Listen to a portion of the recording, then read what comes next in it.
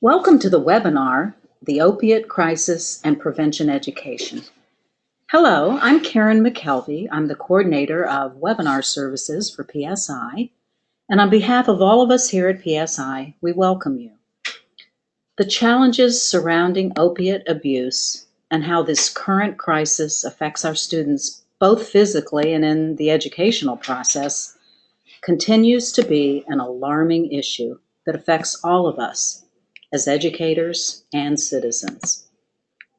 PSI staff works with hundreds of students daily in our roles as school psychologists, counselors, school health personnel, educational specialists, and speech therapists. Therefore, we feel it is vitally important to support our partner schools and other educators by providing cutting-edge expertise in response to the opiate epidemic that is an extremely complicated problem facing society. This seminar provides an overview of the current alcohol and illicit drug use patterns by local youth. As Ohio leads the nation in overdose deaths, it also provides information about the current opiate heroin crisis. As we look towards solutions, the focus is on prevention, education, and a program that has been implemented in several local schools, and you will learn more about this. Our presenter, Nancy Pommerening, graduated summa cum laude from Kent State University with a BS degree in education. So she became a teacher for the Lakewood City Schools, where she was honored as both Lakewood Teacher of the Year and the Ohio PTA District 11 Teacher of the Year. Her teaching career led to her interest in substance abuse prevention. After retiring from teaching in 2008, Nancy founded the nonprofit Drug Awareness and Prevention Incorporated, with a mission to lessen the demand for illicit drugs. DAP, as it is known, is an Ohio certified prevention agency. In addition to being a professional educator, Nancy is also an internationally certified prevention specialist. As the executive director of Drug Awareness and Prevention, she directs prevention initiatives in school systems, businesses, and local communities. During this presentation, the audience will be electronically muted. If you have questions, use that chat function on the right there to submit your questions. Nancy will answer as many as possible in the time allotted near the end of the webinar. We are recording this presentation for those who couldn't register or attend. PSI's contact information will be on the last slide. And now, on behalf of all of us at PSI, I am pleased to present Ms. Nancy Pommerening. Very good. Hi, audience, and thank you so much for giving me some of your valuable time.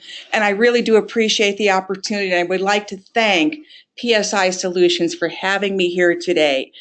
I wanted you to know that this is my very first webinar, and I'm just so excited to be invited to speak with you today. So let's get started. I'd like to just start with a few facts so that we're all on the same page.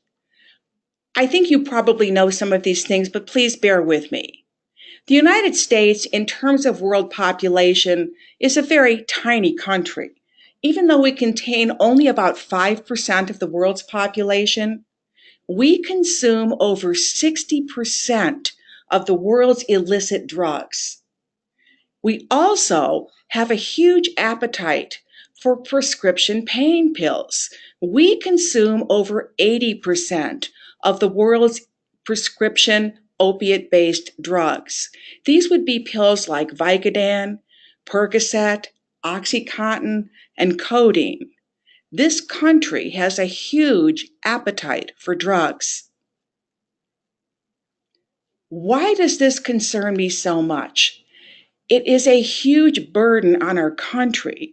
We estimate the actual cost of drug abuse at about $181 billion each and every year. We can talk about the medical costs in terms of emergency room and overdose, but as a former educator and as a prevention specialist today, I look at things like child neglect, domestic violence is the main reason that I became so concerned about this issue. It is a huge burden to each and every person that cares about kids. Huge, huge problem. You can look at things like court costs, police departments, the dangers in the streets, and even the healthcare costs and the rehab costs, the long-term health problems associated with drug abuse. I could talk for a long time on this slide, but I think you're beginning to get a look at both medical and societal costs associated with drug abuse. This slide really makes you sit back and think for a few minutes. I found this slide because I think sometimes when I start talking about billions of dollars, I think the numbers just kind of get lost in your head sometimes. So I wanted to take a look at the total cost of substance abuse. Now, this isn't just the cost of treating drug abusers. This isn't just the medical costs. I'm also including the cost of lost lives, lost productivity, the costs on families. When you add all of those things up, now we're talking $600 billion. Do you realize that you can compare that cost to how much we spend annually, total cost for our Department of Defense? That's a staggering amount of money. You are almost approaching what we spend on Social Security every year. This is a huge problem this country is facing, and this is why every single one of us needs to think seriously about how we're going to solve this problem. All right, let's back off of the subject. I think I'm hopefully convincing you that this is a huge problem that needs to be dealt with. Let's get back to the subject of why you're sitting here listening to me right now. Let's take a look at what we know about teen drug use. The most effective information that I have found to date comes from a survey that many of you are probably aware of. It's conducted every single year under the auspices of the government. It's run by SAMHSA, which stands for Substance Abuse and Mental Health Services Administration. It is an anonymous survey that's given out in our schools every year, and it's done in many, many, many public schools.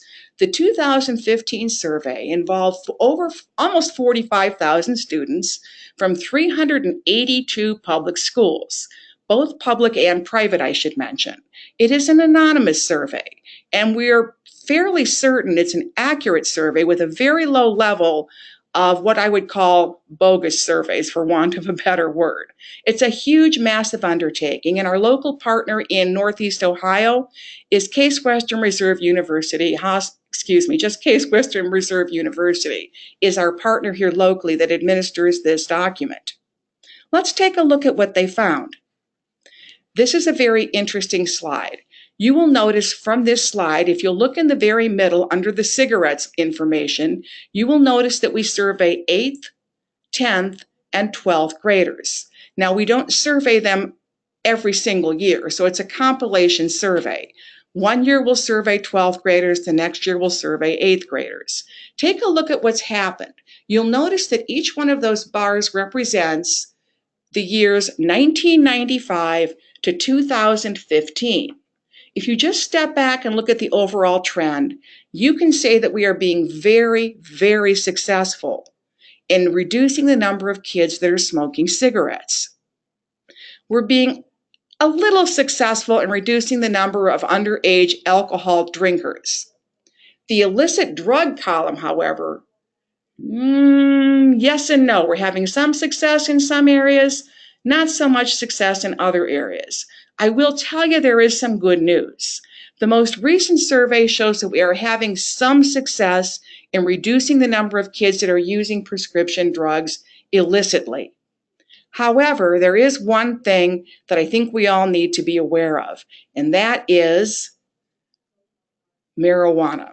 This slide is rather dramatic when you look at it. You're going to notice that purple line smack dab in the middle. That purple line is marijuana use. Marijuana use is actually not going down significantly. You will notice that if you look at this in a very simple way, about 1 out of 3 kids has tried marijuana. That's a rather large number. If you look at the other drugs on the list, the reddish colored lines are prescription drugs. The purple colored lines are illicit drugs. And then while you're looking at this, I'd also like you to take a look at that little pill bottle on the right. If you're having a hard time reading it, I'll read it to you. It says, despite the ongoing opioid overdose epidemic, which we're here to talk about today, past use of opioids other than heroin has decreased significantly significantly each of the 5 over the past years among teen use. And I apologize for that. But opioid prescription drug use is down significantly. So we are winning one major battle. I'm very happy to tell you. We've worked very hard to get that number to go down. I'm very, very happy about that, but still concerned about marijuana use.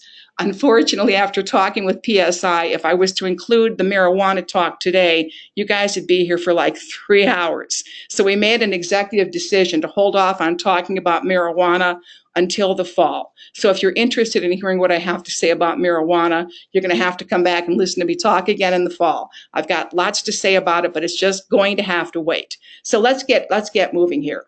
Let's talk about what we came to talk about, which is the opiate crisis. I'm happy to report that with teens, we are making some significant inroads, but we are by no means out of the wood.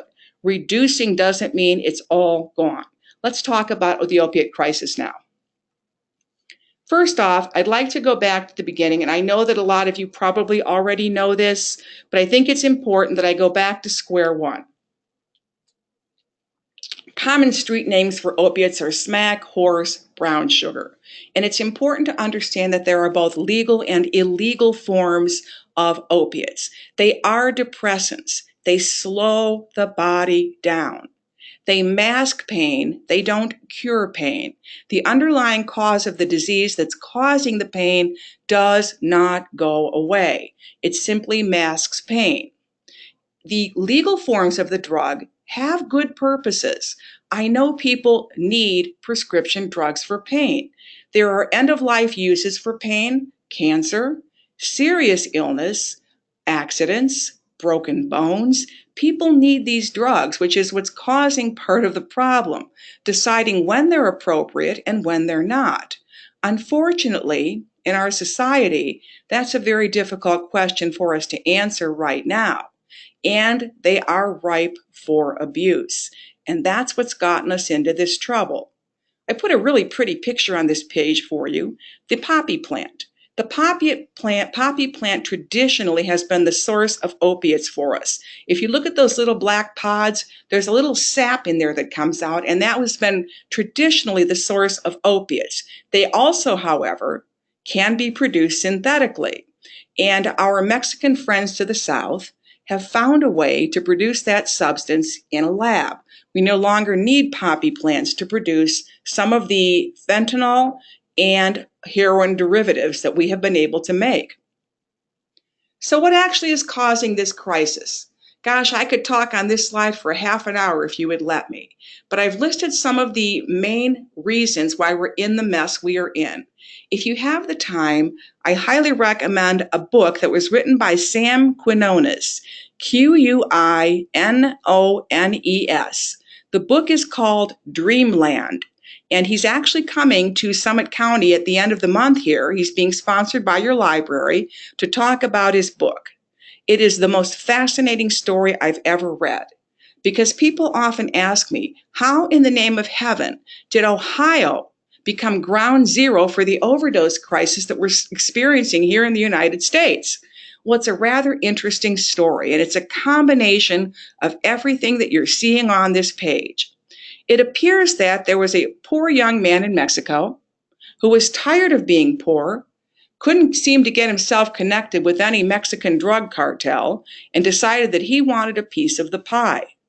At about that time, we're talking in the mid-1990s, people suddenly decided that pain needed to be treated more aggressively than it had been treated in the past. In fact, what's interesting is our own government decided that pain no longer could be ignored and decided that pain needed to be the 5th vital sign. For any of you that have ever had serious accidents or been in the hospital, you probably noticed that when you're in the hospital, about every hour, some nurse would come along and ask you, can you please tell me the level of your pain? Is it a 10? Is it a 5? Is it a 1? And all of a sudden, hospitals discovered that they would only be reimbursed if you left the hospital and told everybody that your pain was treated. So all of a sudden, everyone became very, very concerned that your pain was treated well. So guess what happened? The pharmaceutical companies decided that this would be a great time to start marketing their pain pills to hospitals and to doctors. So guess what happened? I think you know what's coming here. Society began to believe that there was a pill for every ill, and doctors, in their quest to get positive ratings so that hospitals could be reimbursed, began overprescribing. I don't blame the doctors. I don't blame the hospitals. Do I blame the pharmaceutical companies? You bet I do. In particular, I blame the big company Purdue Pharmaceuticals that marketed OxyContin because they printed a bogus study that said that OxyContin was not addictive. Well, it was addictive, and they addicted a generation of Americans to their product. Did they finally get caught? Yes, they did. Did they pay a penalty? Yes, they did. But it wasn't nearly large enough, in my opinion. Well, guess what happened? We finally figured it out, started telling doctors you can't keep prescribing this stuff. So you start telling your patients who are now addicted to this stuff, you can't have it anymore. We start shutting down pill mills. So here you are, addicted to this pain pill, can't have it anymore. And I think you can just about guess what happens. You start looking for it on the street. I'm going to stop talking on this slide for just a minute because I have lots more to tell you about it. But are you beginning to get a sense of how the crisis started here? I think you probably are. So let's take a look at this pretty slide that Dr. Gilson, who is the Cuyahoga County Medical Examiner and one of my board members, gave to me. I want you to take a look at this timeline. Take a look at the early left-hand side of the slide. I have you now in about the year 2006. Since this pill for every ill started in the late 90s, notice that these are the overdose deaths that were reported in Cuyahoga County. Take a look on the left. You will notice that heroin is the orange line, staying fairly constant until about 2009, when the pill mills begin to be shut down in Ohio. These were the places where you could go to the doctor, plunk down your $200. The doctors would ask you a simple question: how much do you weigh? Now, they weren't trying to be personal. They were trying to keep from overprescribing so they didn't kill you instantly. You plunked down your $200, you got your pills, you went home. When they stopped prescribing pills at the pill mills, you went out on the street and you started getting your heroin. Take a look at how heroin took off when they shut down the pill mills. I think you can see exactly what happened. They shut down the pill mills. People turned from the prescribed drugs to the street form because I'd like you all to remember, heroin and pills like OxyContin, oxycodone, hydrocodone are basically all the same. They're all opiate-based medications. I think you can see what happened in Ohio and many other states across the United States. People that were hooked on pain pills suddenly started taking heroin because it kept them from getting dope sick. We have this mess on our hands, and now I got to take it to another level. Take a look at that little blue box that says fentanyl. Do you see that light blue box in the lower left-hand corner of your screen? Fentanyl, some of you may know if you have elderly parents that are in severe back pain, is available in medical form as a patch. It can be put on the back to relieve pain. Fentanyl is even more powerful than oxycodone or heroin. In fact, I have a slide to show you how much more powerful. I want you to take a look at 2013 on the bottom of that slide. You will see that fentanyl kind of bounces up and down, but all of a sudden in 2013, fentanyl takes off. Why did fentanyl take off? Because our drug dealers decided that they could build a better drug if they mixed fentanyl with heroin. Kind of scary, isn't it? Well, take a look at this little slide. I just want to backtrack for a minute. So here you are, a poor person that's addicted to OxyContin, oxycodone, or Percocet, and you go on the street to buy it. I have several board members that are also law enforcement folks, and they tell me that on the street, a typical pill sells for about $1 a milligram. So if you're going to buy an Oxy on the street, if you buy oxycodone, $5 to $10 a pill. But guess what? You can get a fix of heroin on the street for anywhere from about the cost of a 6-pack of beer. Not too expensive. Now, I say that in a very sarcastic way, because if you're a typical heroin addict, they tell me that it's going to cost you anywhere from $100 to $200 a day once you're in the full throes of heroin addiction to pay for your heroin habit. Now, I don't know about you, but I don't have a spare $150 to $200 every single day to support my heroin habit. Is it any wonder why these people are on the streets doing petty theft every day to support this habit? Why they're robbing their parents blind and taking everything they have and selling it and stealing from their friends to support this habit? It's really, really a sad story. And by the time you're in the full throes of addiction, your brain doesn't work like my brain works or anyone listening to me's brain works. Your brain is saying one thing and one thing only. Gotta have drugs, gotta have drugs, gotta have a fix so I don't get dope sick.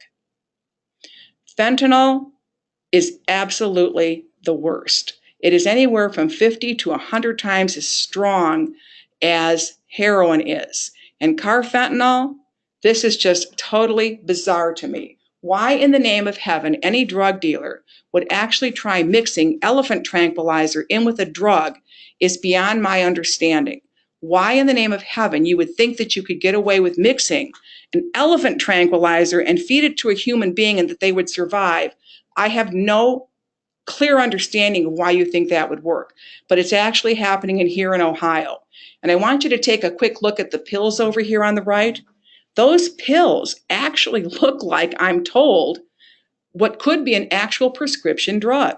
They are not. That is a mixture of heroin and fentanyl that's been manufactured in Mexico and stamped to look like a pill. So you don't actually have to buy a balloon of heroin. You don't actually have to buy a little stamp of heroin. You can actually carry these things around so they look like pills. Here's a very important slide that I wanted to show you. Take a look at the little green pill on the bottom.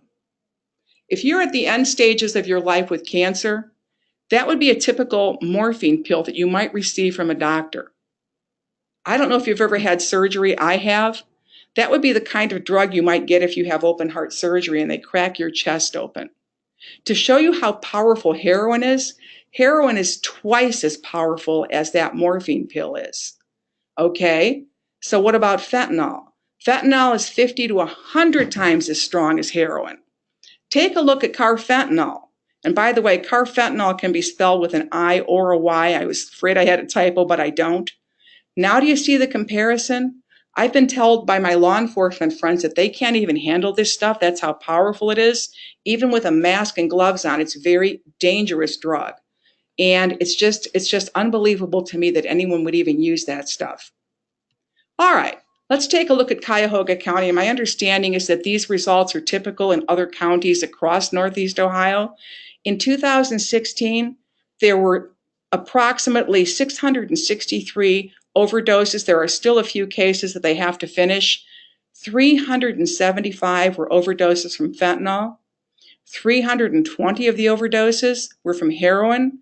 And I just below to show you how fast this thing is increasing, take a look at 2004.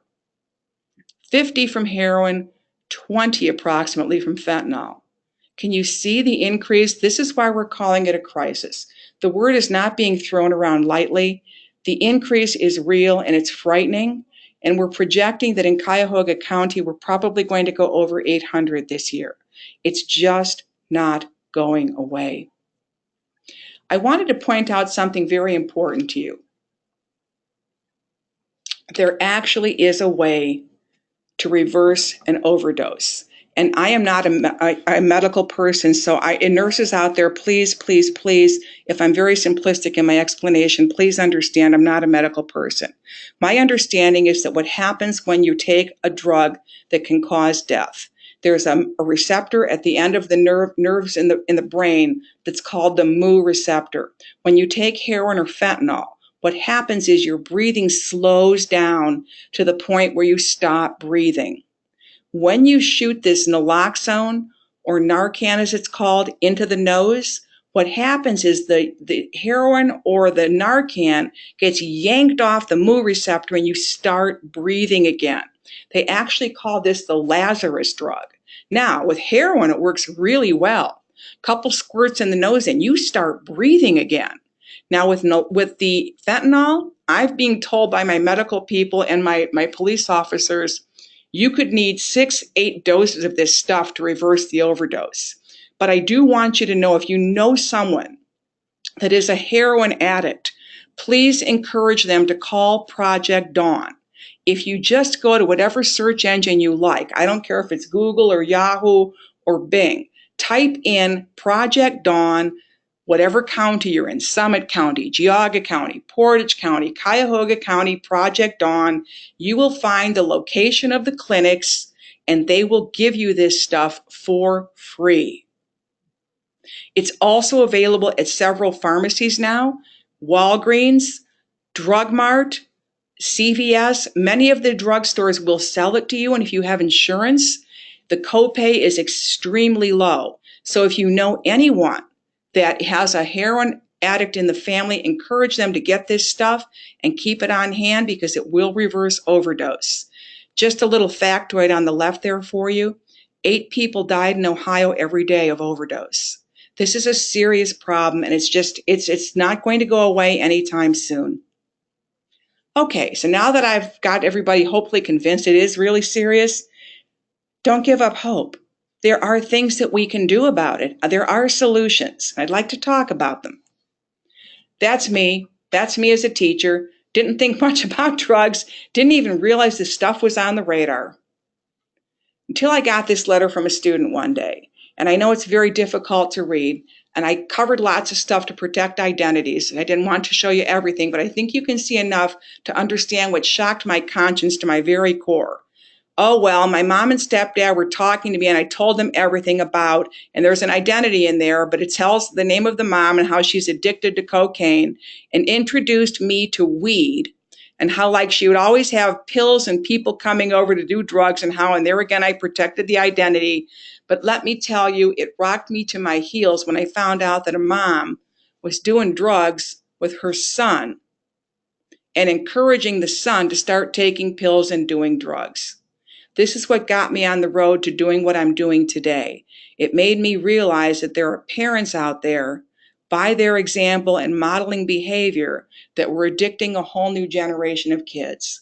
And I suddenly realized that I couldn't bury my head in the sand anymore, and I needed to do something, and this is what I chose to do. And I spent a long time talking to all kinds of people.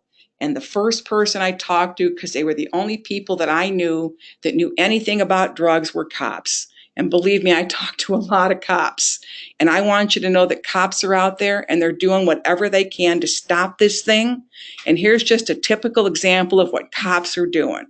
Do you know that last year, the Ohio State Highway Patrol made a gazillion arrests? Take a look at that map. Every one of those blue dots represents a drug arrest. And this is just the State Highway Patrol. This isn't even your local police department. This isn't any other agency, the DEA, the CBI, any of them. This is just the Highway Patrol. They confiscated 156 pounds of heroin last year. This is just the Highway Patrol. The cops are trying, folks. They're really trying, but this isn't going to solve it. We're never going to get rid of the supply. It's just going to keep coming and coming and coming. So guess what I decided? If I can't get rid of the supply, I have to get rid of the demand. And that's what I decided to do. I have to lessen the demand for drugs through education and any other prevention strategies that I can think of. And that's what I'd really like to talk to you about today. What can we actually do in prevention that will stop this problem. And I've given you a list of 6, and I'll talk about them very briefly, but I'm really here today to talk about prevention education since my audience is schools. I also want to talk briefly about risk and protective factors. It's a very, very simple equation. The more risk factors a child has, the more likely they are to experiment with drugs. The more protective factors we can put in a child's life, the less likely they are to use drugs. And this is a very important concept for everybody to understand. So if you want to make a copy of this slide and show it to whomever you want, you have my permission.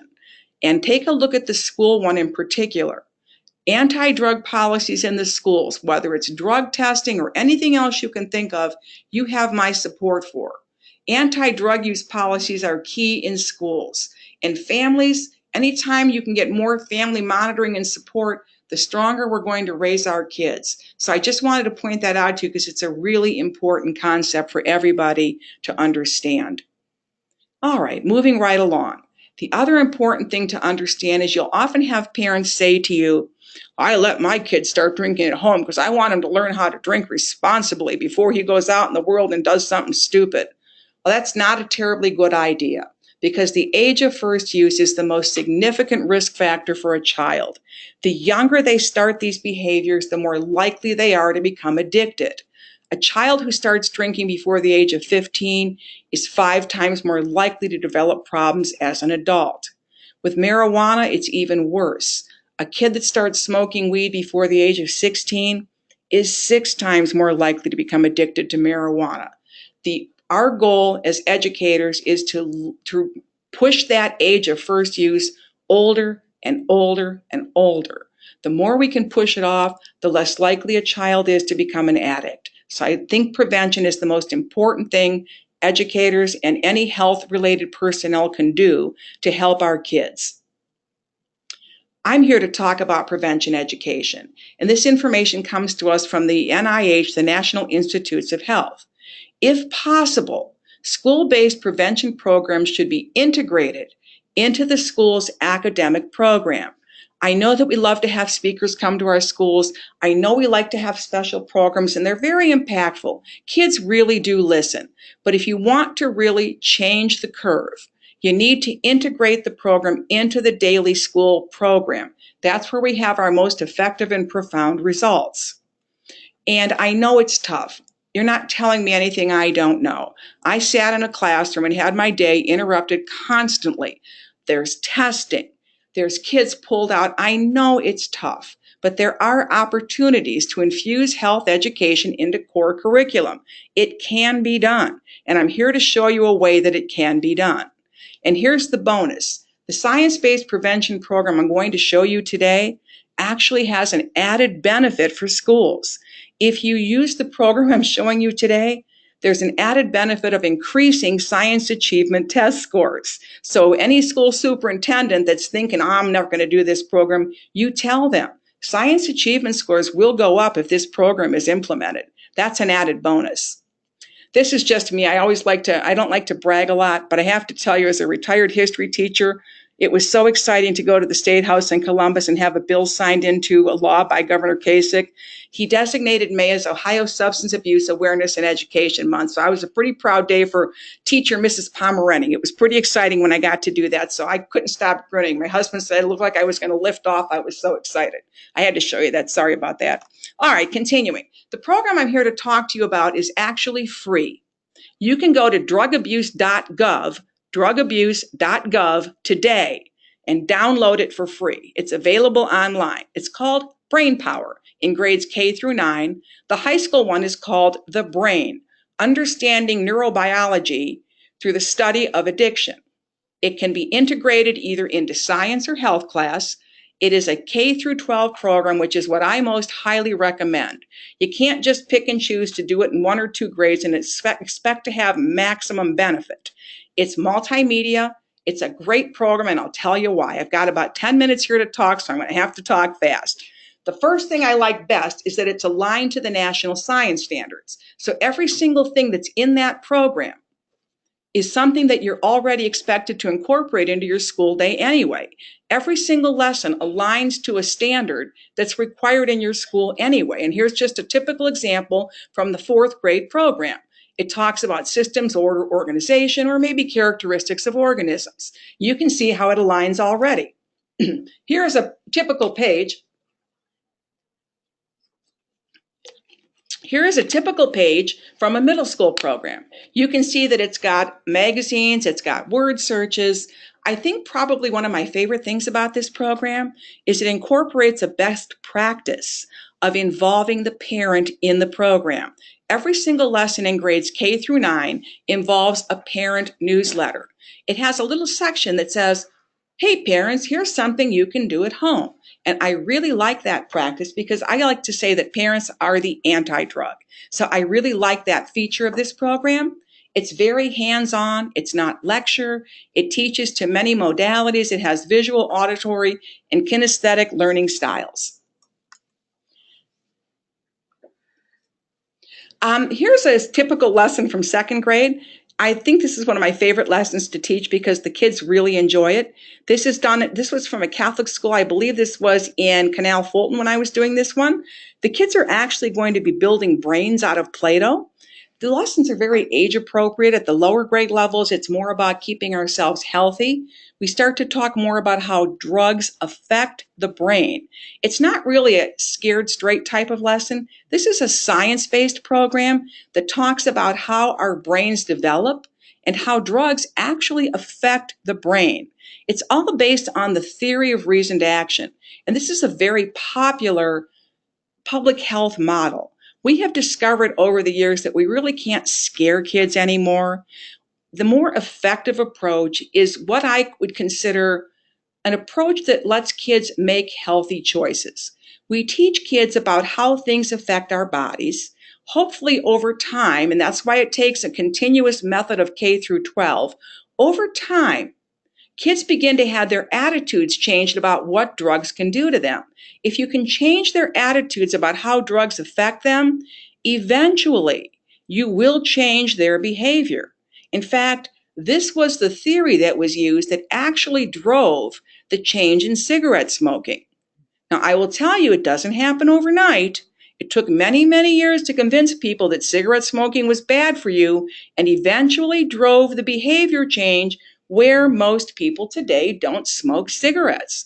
But this is the model that will change things and finally bend that curve for every other one of these bad drugs out there that people can use. And that's why I think this program, for my professional opinion, is the way that I would suggest school systems go. Here's an example from the 6th through 8th grade program. It's got a really neat online part that's called the Keys to Brain Power. It's an online game that kids can play with interactively. And I wanted to share with you one of my very favorite slides from the magazine. A lot of kids will tell you, and I don't want to do marijuana today, but this is a slide showing a healthy brain compared to a brain of an 18-year-old boy who used marijuana 4 times a week for 3 years. So if you want kids to tell you that it doesn't really impact the brain, show them that slide. Just show them that slide and say, okay, you think it doesn't affect your brain? Oh, by the way, those are not holes in the brain. Those are areas of non-cognitive functioning in the brain. So I think that you need to understand that this is a really cool program. You don't stand up there and preach. It's very interactive. Kids get actively involved in learning about their brains and how the brain is affected. And I think the most important thing this program does is it teaches kids the process of addiction. I think my favorite lesson, oh, by the way, I design supplemental workbooks just because it makes it easier to teach the program. And I'm a pretty non-commercial person. I basically sell them for what it costs me to print them. But that's, if you're interested in the program, we can talk about that. Here's the high school program. And I think what I like the best about the high school program is it's very much biology and chemistry based. But the coolest activity, I have to tell you, I was in Westlake I think it was yesterday, and I had a teacher telling me about one of the best activities in the whole thing was a game. It's a card game, believe it or not. And you mix together like 8 decks of cards, and in that 8 decks of cards, you put in 2 death cards that signify overdose. And she said, it doesn't matter how many times I play this game with classes, someone always gets the death card in the 2nd or 3rd round. It's amazing. But what basically it teaches kids is the randomness of addiction. Because you'll always have some kids stand up and say, my friend smokes marijuana. He seems to function just fine. It truly explains to kids the randomness of addiction. Because that's probably the most difficult thing to teach kids, is why some people are instantly addicted. Other people seem to go along for 2 or 3 years before they get addicted. But it's just a marvelous program that really does teach kids the process of addiction and how drugs affect the brain. The whole premise of the program is if we teach kids the science behind addiction and how drugs affect the brain, we are arming them with the knowledge they need to make healthy choices about their future, rather than letting them trust their friends to tell them the truth about drugs. I've also provided you with an overview of the program, what concepts are taught. In grades K through 5, each module is about a 1 to 2 day lesson, and I like to tell teachers that you can generally get this program done in approximately 5 to 8 class periods each and every year. So it's not a huge burden. If you can find 5 to 8 class periods a year, you can integrate this program into a science curriculum, a health curriculum. I've actually had some schools say, we can get this done in our reading class, using it as we used to call it teaching in a what is it called? Teaching in your core subjects, learning how to read a textbook, whatever you want to call it. There are many, many ways to do it. But if you look at the flow of this thing, we start from a simple premise of what is science, your amazing brain, protecting your brain in kindergarten and first grade. If you take a quick look at second and third grade, you start out with scientific observation, brains in a box, neurotransmission, and you kind of move your way into medicine and drugs. What's harmful, what's helpful. Finally, in third grade, we start talking about the science behind smoking and how drugs affect your brain. Then in fourth and fifth grade, we actually get into the more harmful drugs. Then when we move into the middle school program, you'll see that we start getting into prescription drugs, marijuana, and street drugs. But notice that at the beginning of every grade level, we focus on the brain and the nervous system, which is the foundation of the program, understanding the brain and how drugs affect the brain. And finally, at the high school level, it does become much more chemistry and biology intense, but it also, again, focuses on the brain. It's a marvelous program, and I've also designed tests so you can prove that the kids are learning. Pre and post tests come with all of these programs. The website is phenomenal, and you'll notice that I gave you the address so that you can access all of this material online. It's drugabuse.gov. Lastly, I was very excited. The Attorney General, Mike DeWine, commissioned a study, Ohio Joint Study, a Committee on Drug Use Prevention Education. And I want you to notice what the number one recommendation was in that executive summary. Kindergarten through 12th grade substance abuse prevention education. And I was very excited to see that under number 5 there, he mentions this program, Brain Power. We were very, very excited to see that this program made the cut in the executive summary. We think it's a marvelous program, and I would recommend it to anyone. And here's just a quick map of the schools that we're currently in, and we would love to come and talk to you if you're interested. We help by training teachers. We can also help with getting the materials together if you need them, but of course you can also access them online. You can contact NIDA if you're interested, but they kind of are running out of materials. I still have some available, but we're very, very excited with the program, and I'd love to talk to you if you're interested. Here's an example of our pre and post test growth. This was the Boardman schools located in the Mahoning Valley. The blue represents the kids' knowledge before they did the program. The red represents their knowledge after they did the program. And you will notice that in the Boardman schools, the kids gained about 34% pre to post test knowledge. Kids really don't know as much as they think they know about drugs and how they affect the brain. My belief is that knowledge is power, and I do believe that this program is going to protect a lot of kids. Lastly, I want to leave you with one thought. This gentleman's name is Bob Stutman. He's a retired DEA agent who had several contracts on his head from drug cartels in Mexico. And I'm just going to read you the box in yellow.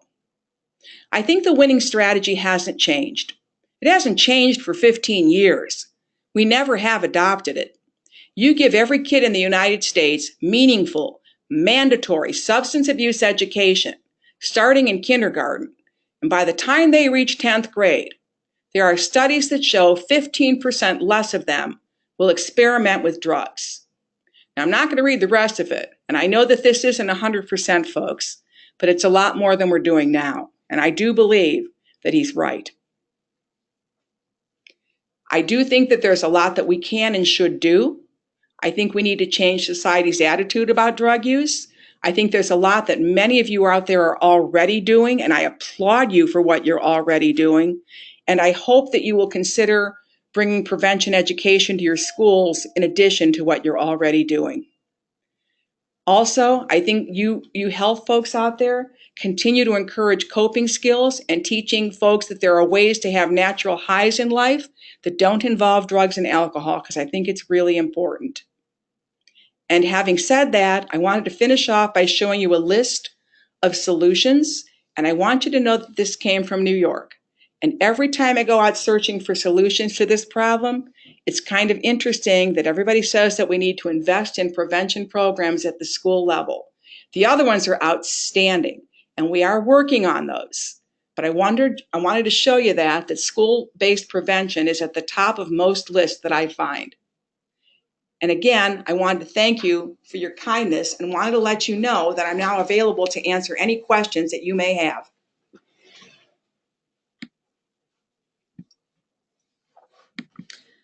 Okay, we're going to begin to take a look at some of the questions that have come in.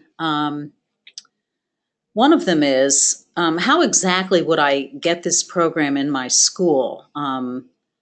I guess I understand that I can go online and download the materials for free, but maybe you can give us an example of how this worked in a certain school or school district. Sure. The easiest thing to do would be to contact me. I would be happy to come in and talk to either a principal or maybe your curriculum director. I have found that teachers are generally more cooperative if they're provided some kind of in-service training rather than having it dumped in their laps. If you contact me, I can come in and talk to your principal. I can talk to your curriculum director. We're actually pretty reasonable and inexpensive to bring it into the school system. Just give me a call, email me. I can come in and talk to you or your principal anytime. Okay, wonderful. Thank you. Here's a question. It's hard to understand, why would a heroin addict take a drug if they know it can kill them?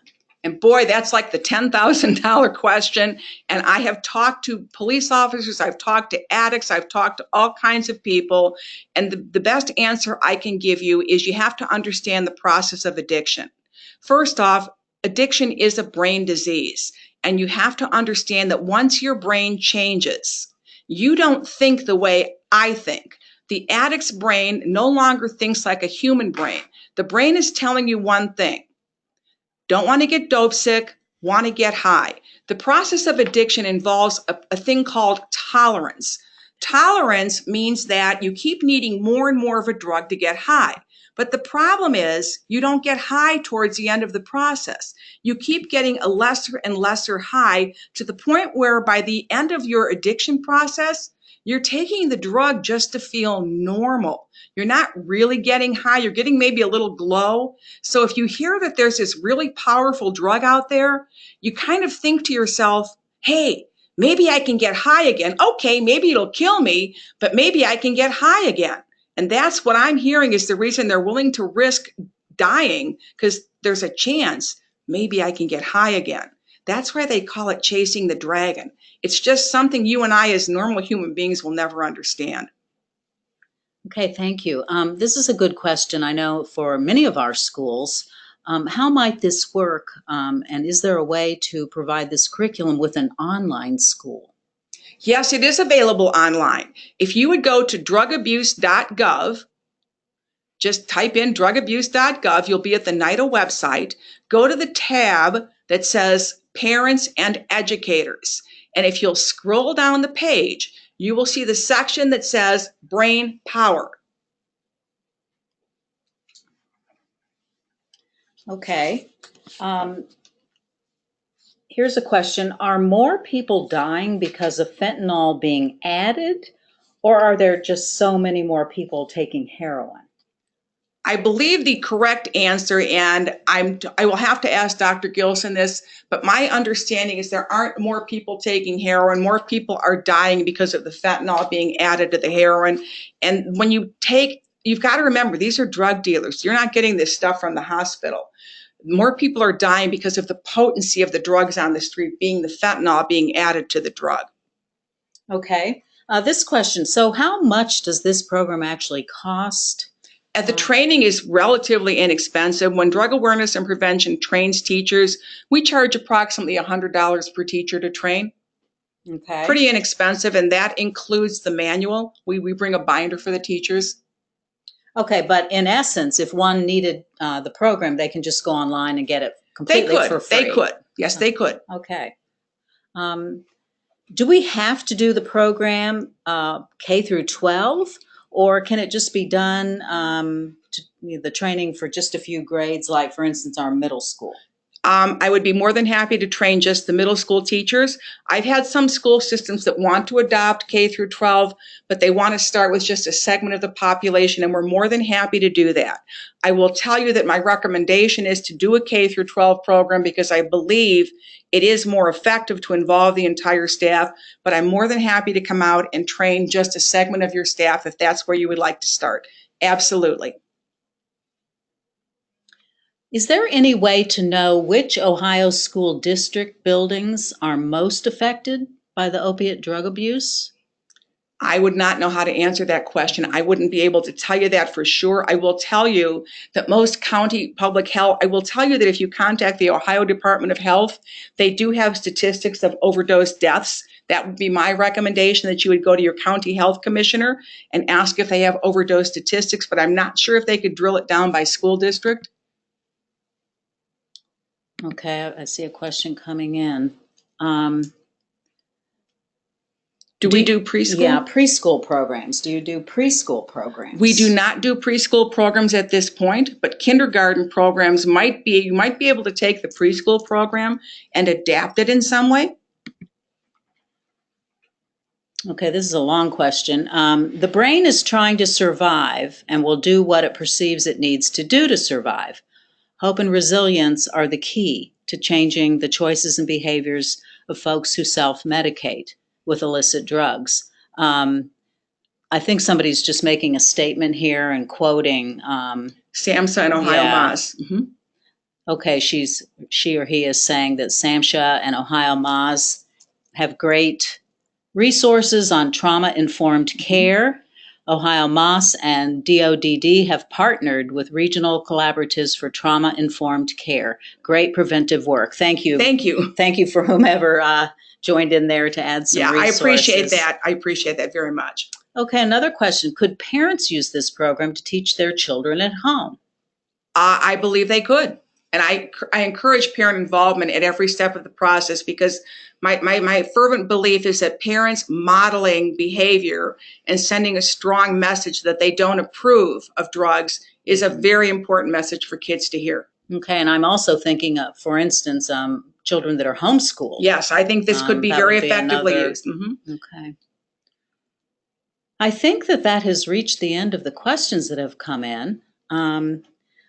We really hope that you have found this webinar useful. Once we get to the end of it, we are going to ask that you complete a survey that will pop up immediately.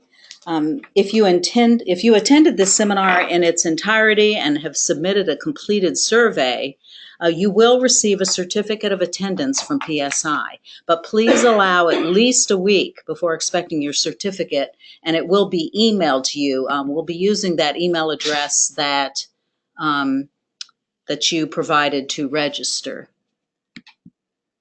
Okay, so on behalf of everyone at PSI, we are so pleased that you joined us here. Keep in mind, if you want to go back and review any of this information, the recording of this webinar will be available at the PSI website. You see that there on your screen. Again, give us a couple of days to get it recorded and formatted and up on the website. So thank you for joining us and learning about this crucial piece of information against a very difficult situation that's affecting all of our students. Thank you.